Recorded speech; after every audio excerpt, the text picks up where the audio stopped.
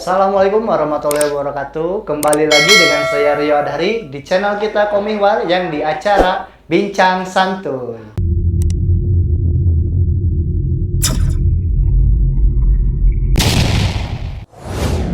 Pada video kali ini, Bincang Santuy akan membahas tentang salah satu pengalaman dari siswa Komihwa itu sendiri yang dari awal belajar sampai akhirnya lulus ujian gelombang pertama. Nah, kalian penasaran kan siapa dia? Oke, kita sambut dia. Narasumbernya, silakan memperkenalkan diri narasumber. Halo semuanya, nama saya Heri Wibawa. Asal saya dari Sukabumi, tapi saya sekarang tinggal di Jakarta.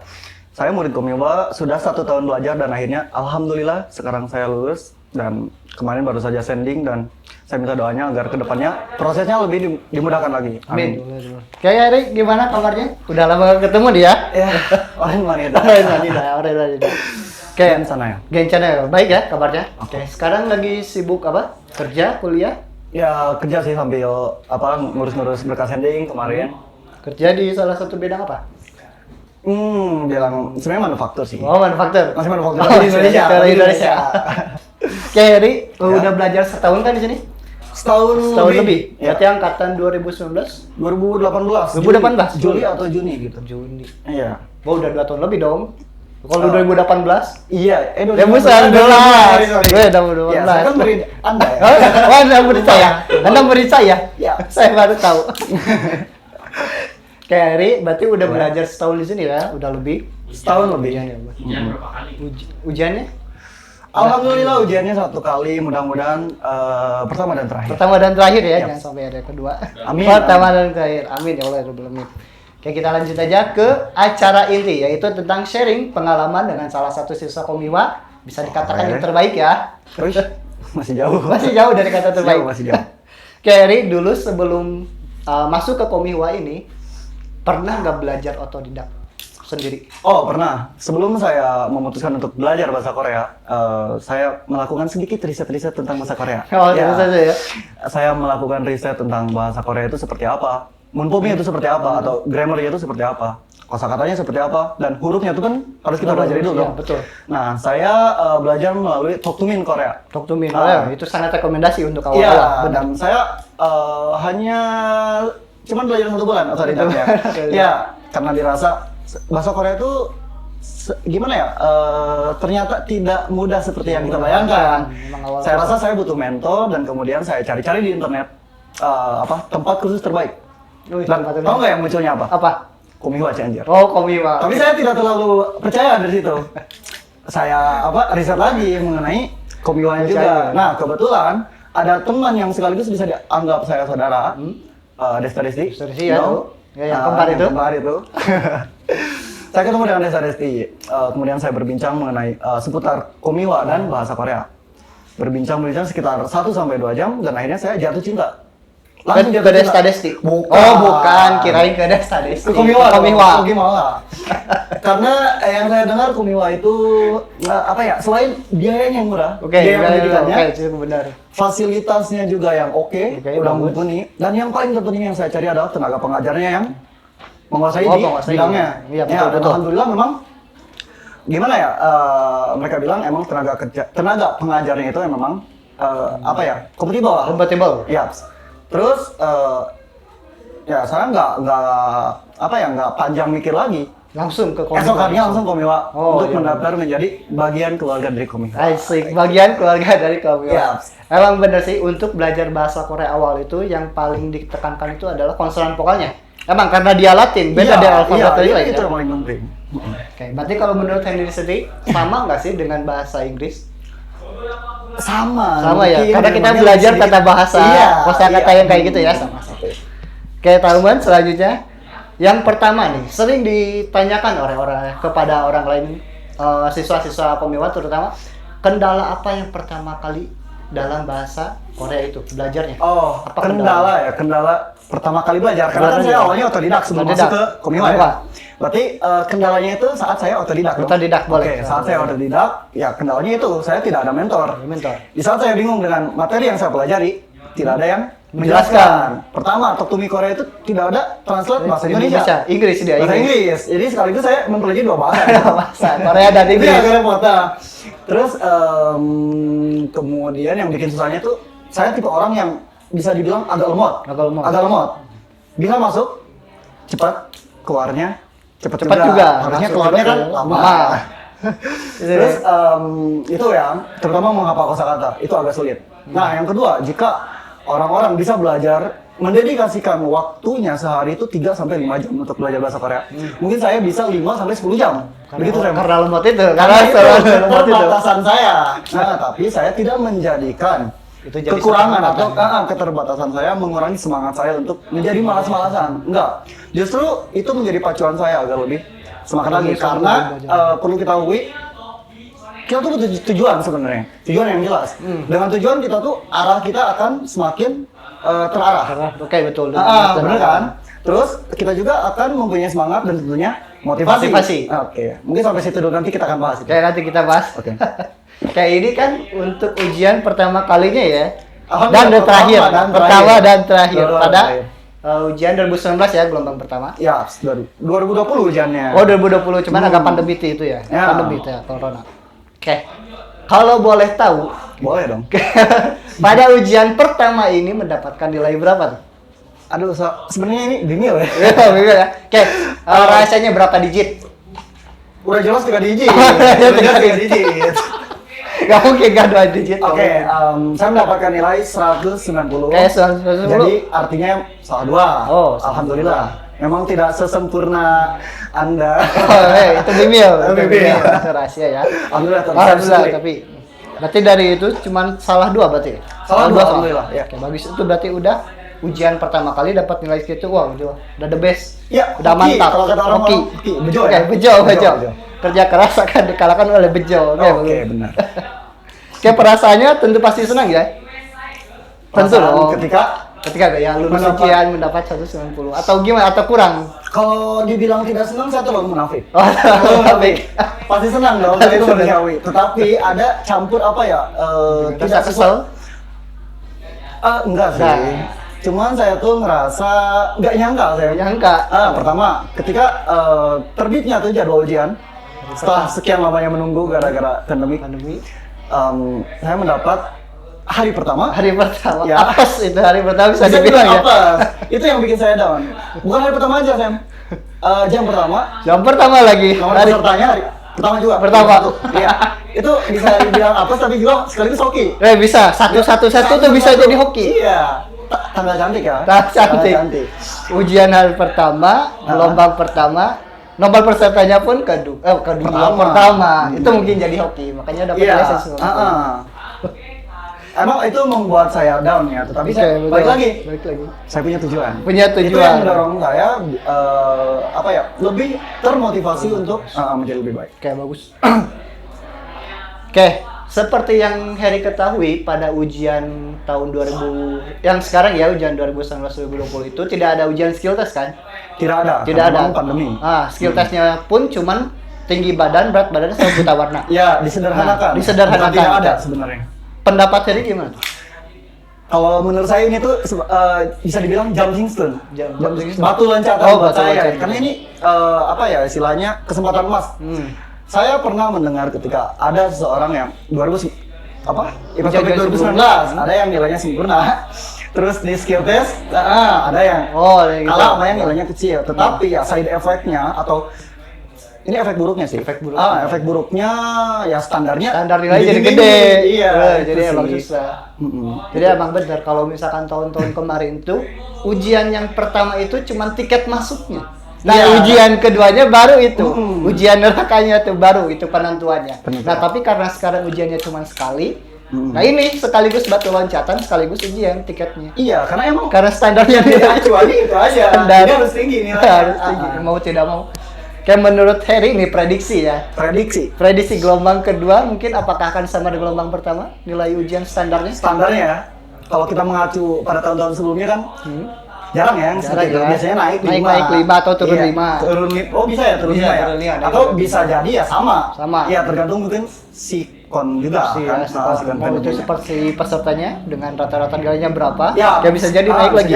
Bisa jadi mungkin turun jadi 170 mungkin. Oke, mungkin itu bisa jadi Bisa ya, jadi. bisa jadi kan namanya juga Tidak menutup prediksi. kemungkinan ya. Tidak prediksi. Ya.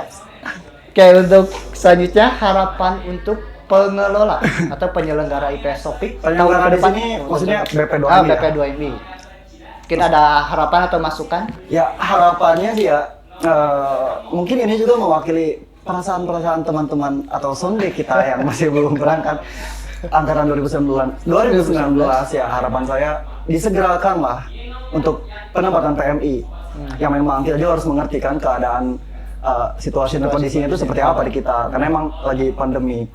Ya mudah-mudahan kedepannya pandemi segera usai dan semuanya kembali normal dan Amin. penempatan PMI pun Lancar kembali ya. semestinya. Berjalan dengan semestinya. Ya. Tidak ada hambatan seperti sekarang. Amin, amin. Oke, amin. Oke, kalau nggak salah hari itu udah dinyatakan lulus dan sanding-sanding pun udah ya? Alhamdulillah. Kemarin aja. Kemarin. Kayak milih di perusahaan apa? Atau bidang kerjanya apa? Kalau boleh tahu sama penempatan wilayahnya? Oh, tipe pekerjaannya itu. Tipe kerja. Yang pertama tuh, yang opsi pertama saya ambil mebel. Mebel. Ya, mebel. Oke. Yang keduanya plastik. Plastik. Yang ketiganya itu apa sih yang buat spare part gitu tuh? Oh, ya, spare part under deal. Iya, yang begitu. Under deal. Ah. Di daerah mana aja? Kan kita sending tuh dikasih 3 opsi ya. 3 opsi. 3 opsi memilih tempat. Tempat. Opsi yang pertama saya pilih Chungcheong Namdo. Oh, itu yang sering digunakan bahkan Iya. sebanyak CPMI yang di sana Cucon. Ya, Ada kan banyak rekomendasi. Anda yang Oh, saya yang merekomendasikan. Ya. Yang keduanya Gyeonggi-do. Gyeonggi-do. Dan yang ketiganya karena memang nggak tahu ya, saya itu sangat suka Busan. Busan. Terutama dengan satunya yang sangat seksi. Ya, jadi saya pilih Busan. Tapi jangan tanya alasannya kenapa saya pilih itu semua. Karena ya gimana ya, mungkin saya hanya mengadu nasib. Ya mungkin saja ketiga tempat yang saya pilih itu ada rezekinya. Ada rezekinya, Ya, salah kata satu. orang kan apa ya, rezeki itu tidak akan ketukar. Ketukar. Ya masing-masing sudah ada rezekinya. Nah, yang bikin penasaran orang-orang itu pasti kenapa tidak milih Seoul? Kenapa tidak milih Seoul? Ini pendapat pribadi ya. Terima. Seoul itu kan bisa dibilang capital city-nya Capital city, ya. Korea dong. Jadi saya mikirin kayak biaya hidup. Biaya. Ya nggak sih? Ya, betul. Kayak Ya. Jakarta Dan berarti ya? Makanya Jakarta juga kan. Yang namanya capital city itu pasti biaya hidupnya emang Hidup mahal. tinggi.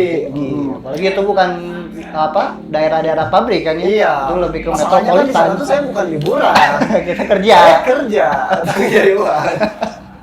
Kerja cari Ya, uang. Ya kurang lebih begitu lah. Gitu ya. Kayak mudah-mudahan dari 3 penempatan itu bisa saja ada Iya, yang ada yang mereka tertarik dengan saya. dengan. Tapi saya dulu ya. Boleh, saya boleh. dulu ya. Tapi kalau misalnya saya dulu itu gimana? Oh, rezeki itu kembali lagi. Gak apa-apa, kita saling mendoakan. Saling mendoakan aja. Semoga disegerakan. Amin. Oke, selanjutnya ini topik terakhir, pembicaraan terakhir sebelum kita penutup. Oke. Di pengumuman BNP2 TKI udah di-share di sosial media, mau Instagram, Facebook, Twitter, mengatakan bahwa untuk program G7 itu telah dibuka. Akan tetapi Ya. pihak HRD Korea cuma mengatakan untuk negara Kamboja saja dengan alasan Kamboja telah berhasil menekan angka kasus corona. Oh, lanjutnya COVID. Lanjutnya COVID. Nah, menurut Heri sendiri gimana dengan Indonesia atau negara yang lain? Sebenarnya saya mungkin kurang update atau gimana. Ya? Malah saya baru dengar berita. Oh, ini. udah. Ya menurut saya memang Kamboja itu kan yang seperti yang kita ketahui memang ya angka COVID itu jauh lebih rendah dibanding negara-negara yang mengikuti best topik. Betul. Indonesia kayaknya bisa dibilang paling tinggi ya. Bisa dibilang paling Iya. tinggi. Gimana ya, itu kan udah Musibah kali ya. iya udah dibilang musibah karena emang pandemi ya, mereka juga tidak harus melakukan apa lagi gitu loh. Mereka juga bingung karena kan setahu saya BNP2TKI atau BP2MI itu kan hanya operator atau badan penyelenggaranya penyelenggara, saja. sedangkan yang mengeksekusinya tetap HRD HRD Korea. Jadi kita ya berdoa saja lah dengan kita mensupport mungkin pemerintahnya agar apa Lebih baik lagi dalam pertama COVID-nya dulu nih, Dulu. beresin dulu kan. Dulu. Yang kedua baru itu urusin. ke program G7-nya di Iya, masalahnya biar nggak numpuk. Oh, betul. Apalagi kalau misalkan tahun sekarang misalkan ya ada ujian, makin numpuk Makin numpuk lagi kalau misalkan kapan beneran. berangkatnya gitu kan? Sedangkan yang 2019 saja belum pasti gitu Iya, kan. kayak Kayak saya sendiri ya, salah satunya saya sendiri Oh, iya. dan teman saya banyak, bukan Iya. saya sendiri ya, dan salah satunya. Kayak terakhir, pesan dan kesan untuk siswa Komihwa yang sedang belajar dan akan mempersiapkan ujian untuk gelombang kedua. aduh, pesan dan kesan. Mungkin Yang sedang sekaligus belajar. motivasi ya. Untuk mereka. Mungkin ini berdasarkan pengalaman pribadi dan mewakili teman-teman yang ada pertanyaan dalam hatinya itu. Gimana sih kiat sukses lulus IPS Topik yang betul. yang efektif lah ya. Yang efektif. Mungkin ini standar dan banyak juga orang yang sudah meng-share melalui artikel, tulisan di Facebook maupun di YouTube. Tapi saya akan menjabarkannya kembali. Saya yakin ini juga pasti sama dialami dengan Sonteng saya sendiri. Ya. Oke, jadi yang pertama ya, saya tuh punya 4 pondasi atau 4 pilar dari mulai belajar bahasa Korea sampai sekarang masih saya pegang. Oke, yang pertama itu otonomi. Bisa dibilang kita percaya diri lah dengan pilihan kita atau keputusan kita yang telah kita ambil. Betul. Artinya jika kita sudah memilih untuk belajar bahasa Korea, artinya kita harus mempertanggungjawabkan apa yang kita pilih. Iya, betul. pilihan kita Kita harus jalankan. dipertanggungjawabkan dong. Betul. Nah, terus tidak cuma itu, kita juga harus konsisten dan totalitas terhadap pilihan kita. Tanpa ada suruhan. Contohnya, tanpa disuruh belajar, kita harus belajar. Oke, Tanpa betul. disuruh pergi ke tempat kursus, ya kita harus ke Kita tempat harus pergi kursus. ke tempat kursus. Karena itu memang pilihan kita, dan kita bukan hanya harus membuktikan, bukan hanya harus mempertanggungjawabkan, tetapi kita juga harus membuktikan kepada diri kita sendiri dan maupun orang lain. Tapi yang lebih khusus diri kita sendiri Iya, terlebih dahulu. bahwa kita tuh bisa, kita tuh mampu, dan kita tuh bisa sukses dengan pilihan kita sendiri. Kita sendiri, oke, bagus. Oke, itu yang pertama ya. Yang keduanya, mastery. Mastery itu penguasaan. Penguasaan. Mastery di sini maksud saya penguasaan keterampilan bahasa Koreanya. Jika kita sudah memilih untuk belajar bahasa Korea, artinya ya kita harus ada gitu loh motivasi. Saya tuh pengen mahir bahasa Korea. Oke, bagus. Yang awal-awal dulu Iya, ya, karena kan udah dulu dasar-dasar dulu. itu bisa menunjang kesuksesan kita lulus IPS Topik. Oke. Dengan kita Adanya. mahirnya belajar bahasa Korea, otomatis kita akan lebih mudah Oke, lebih mengerjakan mudah, soal-soal. betul. Betul. Make sense dong? Betul, make Oke. sense. Oke, yang ketiganya purpose atau Purpose, tujuan. tujuan. Oke. Tujuan ya, kenapa dari tadi saya bilang tujuan dan tujuan? Kan menurut saya tujuan itu yang paling penting. Oke. betul. Seperti yang saya bilang tadi bahwa tujuan itu sangat penting untuk menunjang kesuksesan dalam hal apapun. apapun. Iya, termasuk di topik. Betul. Tanpa adanya tujuan yang jelas, kita akan kehilangan arah. Kita akan kehilangan semangat. Apalagi Dan- sampai berhenti di tengah jalan. Ya, banyak kan Banyak yang gitu. Ah. Karena tujuannya jelas, berhenti di tengah Karena jalan. dengan tidak adanya tujuan, tidak ada semangat, tentunya tidak akan ada motivasi. Betul, Begitupun betul. sebaliknya, jika kita mempunyai tujuan yang jelas, terus Tapi nggak tujuan ada itu bisa biasanya. menjadi bahan bakar Betul. untuk kita lebih semangat. Contohnya kayak belajar bahasa Korea.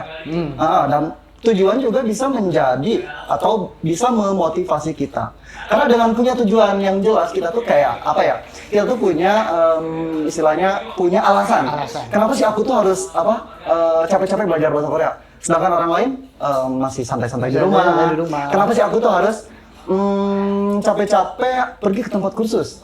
Sedangkan orang lain masih nongki lah. Masih Terus menikmati masa muda. kenapa kita tuh harus meluangkan waktu atau menghabiskan waktu hanya untuk belajar bahasa Korea? Sedangkan orang lain menghabiskan waktunya hanya untuk game online. Gimana bisa? Mohon Ada maaf, gitu. ini jangan ada yang tersinggung. Dan yang terakhir, kita tuh harus pikir juga kenapa kita tuh harus mengeluarkan uang yang memang tidak sedikit ya, apalagi buat saya. Mengeluarkan uang untuk belajar bahasa Korea.